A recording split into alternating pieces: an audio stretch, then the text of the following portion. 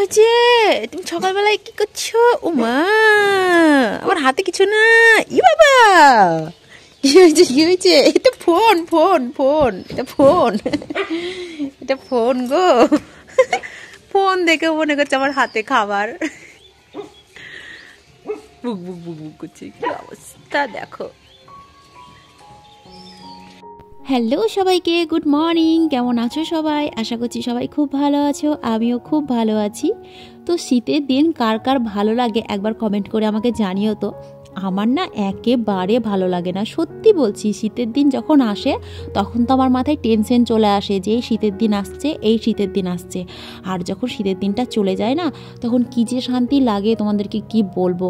হাজার গরম পড়ুক তবু আমি বলবো যে আমার গরম ভালো লাগে, কিন্তু শীতটা আমার একেবারে ভালো লাগে না। তবে হ্যাঁ, শীতের মধ্যে ঘুরতে ভালো লাগে, পিকনিক করতে ভালো লাগে, আর ওই পিঠা পুলি ভালো মন্দ এসব খেতে কিন্তু খুবই ভালো লাগে। আসলে শীতের দিনটা হচ্ছে বড়লোক মানুষের জন্য আর কি।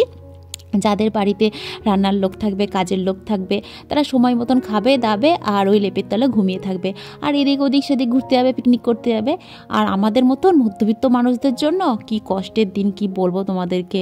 যাই হোক, সকালবেলাতে উঠেই যে ঠান্ডার মধ্যে কাজ করতে হয়, এটাতে যে কি কষ্ট হয়, যারা সকালবেলায় উঠে কাজ করে তারা একমাত্র জানে। এগুলো একমাত্র ঘরের বউ আর হচ্ছে ঘরের মেয়েরাই বলতে পারবে যে সকালবেলায় উঠে ঠান্ডা জল নিয়ে কাজ করতে কেমন কষ্ট হয়। তো যাকগে, চলো আজকে তোমাদেরকে কিছু কমেন্টের আমি উত্তর দিই। হ্যাঁ, যেমন ধরো প্রথম কমেন্ট আসতো আমার বাড়ি কোথায়। তো যাই হোক, আমি বলে দিয়েছি যে আমার বাড়িটা কোথায়, আর নতুন করে বলার কিছু নেই। তবে হ্যাঁ, আমার কথা শুনে বা আমার ভাষা শুনে অনেকেই বলে যে আমি বাঙাল না আমি ঘটি, আমি বাঙাল না আমি ঘটি। আমি কি বাংলাদেশে থাকি না আমি পশ্চিমবঙ্গে থাকি? তো সত্যি কথা বলতে আমি বাঙাল না, আমি হচ্ছি পিওর কাঁসার ঘটি। বাংলা ভাষা শুনে নাও, আমি হচ্ছি ঘটি মানুষ। তবে হ্যাঁ, আমার কথার মধ্যে না একটু বাঙালদের টান আছে। আর কেনই বা আমার কথার মধ্যে বাঙালদের টান আছে, কথায় কথায় আমি কেন বাঙালদের ভাষা বলি, যে কারণে তোমাদের হচ্ছে মনের মধ্যে এত প্রশ্ন জাগে যে আমি বাঙাল না আমি ঘটি, না আমার বাড়ি বাংলাদেশে, না আমার বাড়ি পশ্চিমবঙ্গে। তো সেটাও বলে দিচ্ছি। হ্যাঁ দেখো, আমরা হচ্ছি মুর্শিদাবাদের মানুষ, তাই তো।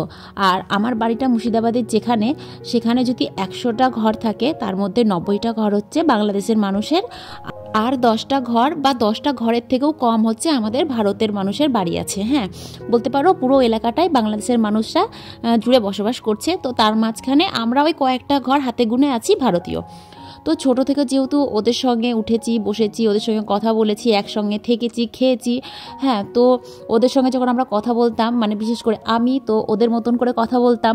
আর যখন আমি বাড়িতে থাকতাম তখন আমি বাড়ির মানুষের মতন কথা বলতাম। তো দুরকম মানুষের সঙ্গে দুরকম ভাষায় কথা বলতে গিয়ে না আমার কথার টানটা এরকম হয়ে গেছে। আমি কখনো নাও বলি, কখনো লাও বলি, কখনো হচ্ছে নিয়েছি বলি, কখনো লিয়েছি বলি। আমার ভাষার না কোনো মাথা মুন্ডু নেই। আমার ভাষাতে সব রকম ভাষা পাবে। 1 হচ্ছে বাংলা ভাষা পাবে, 2 হচ্ছে বাঙালদের ভাষা পাবে, 3 হিন্দি পাবে, ইংরেজি পাবে। সব রকম ভাষা মিলিয়ে আমার একটা প্রধান ভাষা তৈরি হয়ে গেছে, যেটা হচ্ছে আমার একেবারে নিজের ভাষা বলতে পারো আর কি। তবে হ্যাঁ, আমি ভয়েস যখন দিই তখন কিন্তু আমি যতটা পারি আমি নিজের মতন করে ভয়েস দেওয়ার চেষ্টা করি। কিন্তু বাস্তবে জানো তো, বাস্তবে আমি একেবারে এরকমটা না। আমার ভাষা বাস্তবে আরও বিখ্যাত। আমি এত সুন্দর বাঙালদের ভাষা বলি, কেউ আমার কথা ধরে বুঝতেই পারবে না যে আমি সত্যি ঘটি না আমি বাঙাল। হ্যাঁ, তো যাই হোক, দেখবা মাঝে মাঝে আমি বাঙালদের ভাষা বলে কিন্তু অনেক ভিডিও বানাই। তো ইদানিং যাই হোক অনেকদিন হলো করা হয়নি আর কি। তবে ইচ্ছে হয় মাঝে মাঝে বলার। তো ওই যে কথায় কথায় তাও একটা দুটো বেরিয়ে যায় আর কি। তো কালকে আমি একটা ভিডিও বানিয়েছিলাম, এক দাদাভাই আমাকে কমেন্ট করেছিল যে ভাষা এটা হবে না, ভাষা এটা হবে। তো আমি দাদাভাইকে কমেন্টে রিপ্লাই দিয়েছিলাম যে সব জায়গার ভাষা তো এক না, যেখানকার ভাষা সেখানকার মতন। যেমন আমার বাড়ি মুর্শিদাবাদে, আমার ভাষা হচ্ছে অন্যরকম, যার বাড়ি মালদাতে তার ভাষা অন্যরকম। এক এক জায়গার ভাষা হচ্ছে এক এক রকমের, তাই তো। তো এটা হচ্ছে ব্যাপার।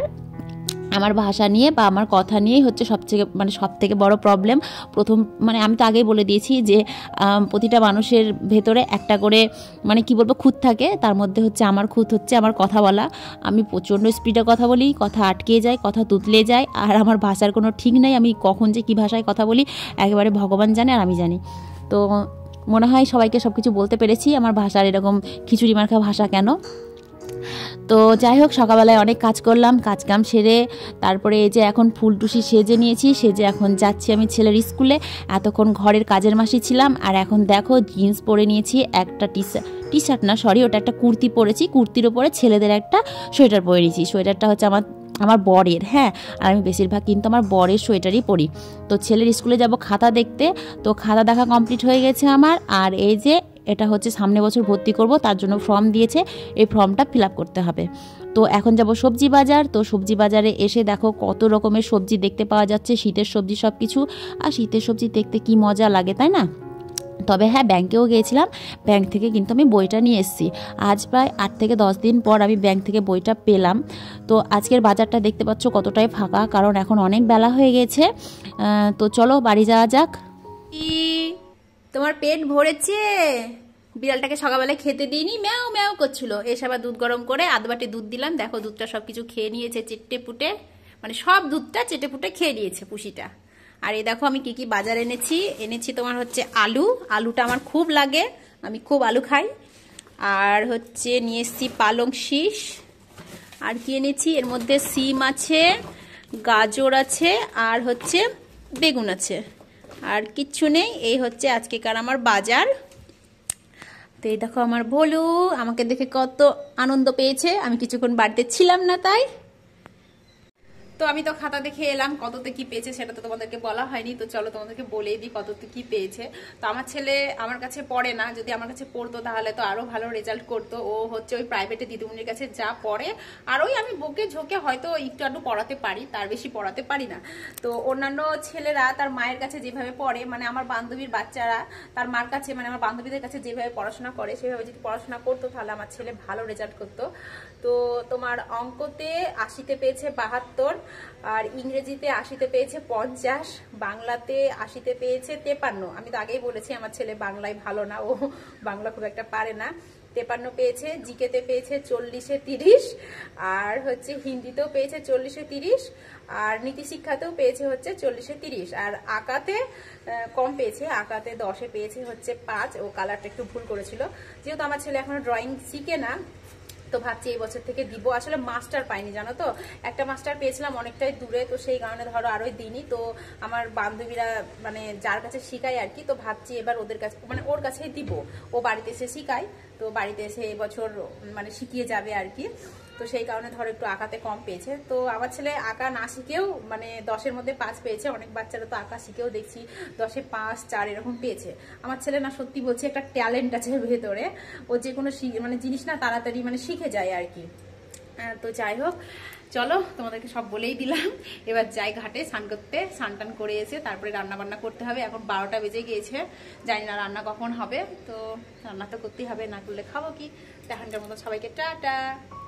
সকালবেলায় যে হারে কুয়াশা পড়ছিল, মনে হচ্ছিল না যে রোদ উঠবে। তো যাই হোক, একটু বেলা হতে না হতেই রোদটা উঠে পড়েছে।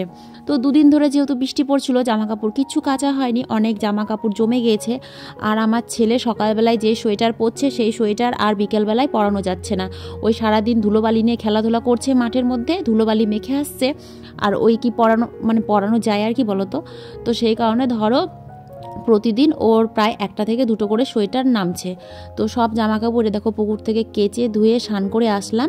তবে হ্যাঁ, স্নান কিন্তু আমি বাড়িতেই করেছি, কারণ এখন পুকুরের জল এত ঠান্ডা কি বলবো, শুধু কাচতেই পাচ্ছি, স্নান করতে পারছি না। তো পুকুর থেকে কেচে নিয়ে আসছি, আর বাড়িতে এসে কলের জলে স্নান করছি। তো অনেকটাই বেলা হয়ে গেছে, কি রান্না করব জানি না, পুজো দেওয়া হয়ে গেছে।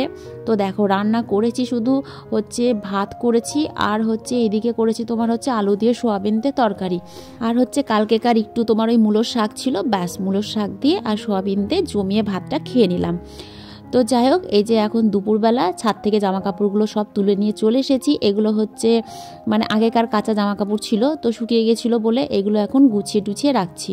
কারণ কি বলতো, এই যদি এখন আমি লেপের তলে ঢুকে যাই না, তাহলে আর আমার বেরোতে ইচ্ছে করবে না, আর গুছাতেও ইচ্ছে করবে না। আর বাড়িতে যদি হঠাৎ করে মানুষজন চলে আসে, তাহলে এই অগোছালো বাড়িঘর দেখে কি বলবে বলো তো। এইসব চিন্তাভাবনা করে ভাবলাম থাক, লেপের তলে পরে যাব, আগে ঘর বাড়িগুলো একটু গুছিয়ে নিই। তো জামা কাপড়গুলো গুছিয়ে রাখলাম, আর দরজা জানালা সব কিছু লাগিয়ে দিলাম, যেহেতু ঠান্ডা পড়ে গিয়েছে, আর সূর্যমামাও প্রায় ডুবে ডুবে গিয়েছে। তো ঘর বাড়ি ঝাড়ঝুট দিয়ে একেবারে তোমার যাই হোক বসবো। আমার ছেলের কথা শোনো, হ্যাঁ, মানে আজকে তো পরীক্ষার খাতা দেখে এলাম, তো ওকে আমি বলছি তুই কততে কি পেয়েছিস জানিস? দিয়ে বলছে বলো কততে কি পেয়েছি।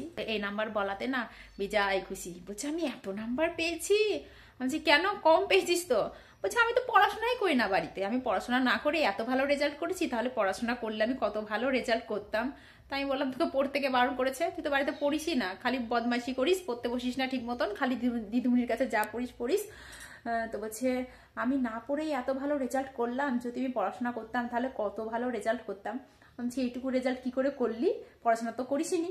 তো বলছে আমি না পরীক্ষা দিতে যাওয়ার আগে না ঠাকুরের কাছে প্রণাম করতে যেতাম, গিয়ে ঠাকুরকে বলতাম আমি যেন ভালোভাবে পরীক্ষা দিতে পারি, তুমি আমাকে ভালো করে আশীর্বাদ করো। ঠাকুর মনে আমাকে আশীর্বাদ করেছিল, তাই আমি দেখো কত সুন্দর রেজাল্ট করেছি। তো যাই হোক, যা করেছে ওই আমার কাছে অনেকও, আমি অত জোর দিয়ে বা চাপ দিয়ে পড়াই না। যেদিন ওর নিজে থেকে বুদ্ধি হবে সেদিন ও নিজে থেকেই পড়াশোনা করবে। বিড়ালটার মজা দেখো, কোনো সময় মানে নিচে থাকে না, সব সময় একদম কোলের মধ্যে, কোলের মধ্যে। খুব বদমাস জানো না, তাই এরকম বদ বিড়াল আমি দেখিনি। মাঝে মাঝে এমন রাগ হচ্ছে না, মনে হচ্ছে ফেলে দিয়ে আসি গিয়ে, তারপরে আবার খারাপ লাগছে যে না আবার ফেলে দেবো, তখন যদি আবার কেউ মেরে টেরে ফেলে। দেখো কতটুকু বাচ্চা দেখতে পাচ্ছ, একবার একটুখানি। আর এই যে আমার ভোলু, আমার ছেলের ওই জামা প্যান্টের ওপরে গিয়ে শুয়ে পড়ে শীতের মধ্যে, তাই আমি আবার ওটাকে ওখানে তুলে রেখেছি। ও ছোট ছোট মানে ছোট ছোট জামা তো আলনাতে ধরো আটে না, সেই কারণে আমি ওই ঝুড়ির মধ্যে রাখি, তো ভোলু উঠে আবার শুয়ে যায়, তো সেই কারণে আবার উপরে তুলে রেখেছি। তো যাই হোক, ঘরের সমস্ত কাজ কাম হয়ে গেছে, বিকেলের কাজ, কারণ ওই শুয়ে পড়লে আর উঠে করতে ইচ্ছে করে না, সেই কারণে একেবারে ঘর বাড়ি গুছিয়ে ঝাড়ঝুড় দিয়ে এই যে এখন বিছানাতে এলাম, এখন এখানে বসে বসে ভিডিও এডিট করব, তারপরে সন্ধ্যের সময় উঠে সন্ধ্যে টন্ধে দিব। তো চলো ভিডিওটা এডিট করে নিই। মানে আমি রাতের বেলাতে সাজিয়ে রাখি, এই দুপুরবেলাতে বসে বসে ভয়েস দিই, এখন বসে বসে ভয়েস দিব। जब से तेरे नैना জল বেরোবি কি করি, দেখো এখানে এটা খুলে রেখেছি, এটা না লাগিয়ে জল দিতে যাচ্ছিলাম, ট্যাঙ্কিতে জল নাই খো। চলো এবার ট্যাঙ্কিটা চালিয়ে দিই। ভুল বেটা, মাইশন বাইশন মাইশন বাইশন, দিকে দুধ জল হচ্ছে। फुटबॉल बेटी आ गया, मेरा फुटबॉल बेटी कहाँ थे? रोजो मेरा फूल बेटा, अच्छा एना বুঝো বুঝো, এদা আমি দেখতে পাচ্ছি এদা পা বেরিয়ে আছে, এদা লুকিয়ে আছিস তুই, এদা পা বেরিয়ে আছে, এদা পা বেরিয়ে। লুকানোর মানে কি? আমি তো দেখতেই পাবো না। চুলের কি অবস্থা, মাথায় আজকে এক গুচ্ছে তেল দিয়ে দিয়েছি। খা। মানুষের যখন সময় খারাপ যায় না, তখন চারিদিক দিয়ে সময় খারাপ যায়, কি বলবো, মানে ডান দিক বাঁ দিক সামনের দিক পেছন দিক চারিদিক দিয়ে মানে সময় খারাপ যায়। যাই হোক, যা হচ্ছিল হচ্ছিল। মানে আজকে আমি ইনস্টাগ্রামে বসে বসে অনেকগুলো রিলস বানালাম।